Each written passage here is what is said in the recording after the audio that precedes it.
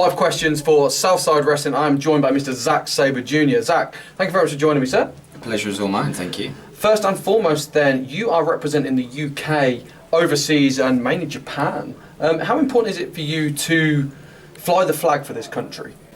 Yeah, it's really important. Like, I feel, I'm in a lucky position that I get to travel, all over, but especially kind of in markets like Japan and America where there are maybe less kind of British wrestlers.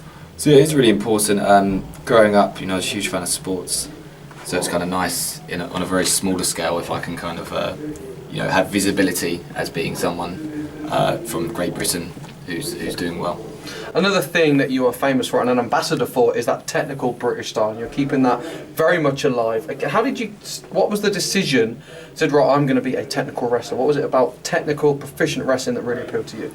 I was just mesmerised by that style of wrestling. I know, pro wrestling is such like has such a wide variety of aspects. So for some people, it's kind of the first time they'll see like Hulk Hogan or Big Daddy. Those really larger than life characters. But for me, it was really the actual wrestling that appealed to me. So when I watched wrestling, even like as a youngster, if it was local British shows or someone like Bret Hart, I was really mesmerised by the intricacies of submission wrestling and technical wrestling, and it really kind of appealed to the part of me that loved sport, but like his pro wrestling that's just like, you can't.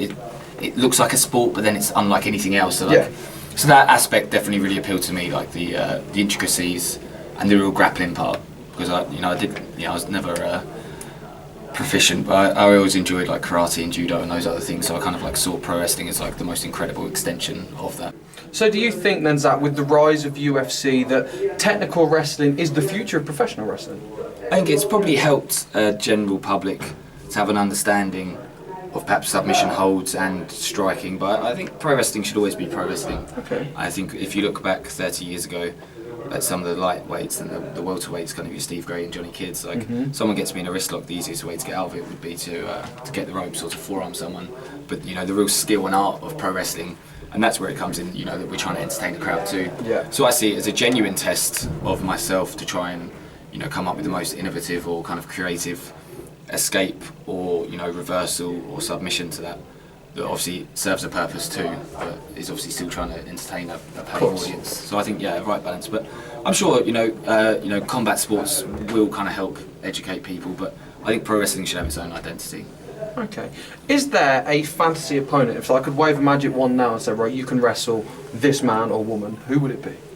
I always just think more about eras. Like Okay. I could list like specific individuals, but I just wish that I'd started wrestling in Britain 35 years ago, and I was really lucky to wrestle Johnny Kidd a couple of weeks ago, and so I have kind of wrestled those people, but I just wish I was in that environment of before to have kind of been touring all over Britain, and I've tried to model myself after a style, but I've also tried to not just replicate what I've seen. I've tried to kind of put my own twist on it and also modernise it, because all sports evolve as they should do.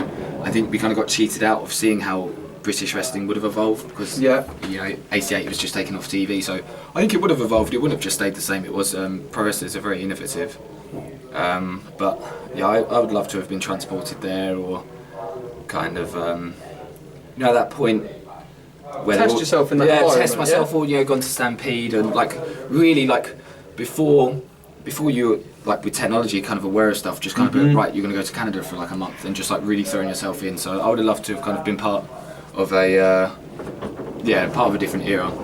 But in the same regard, I could list you a huge bunch of guys that I'd love to work with, but time travel would be quite useful. Time travel would be a good skill. On the subject of the rise of American pro wrestling in the UK, that was kind of front and centre of that was Davey Boy Smith, the British Bulldog.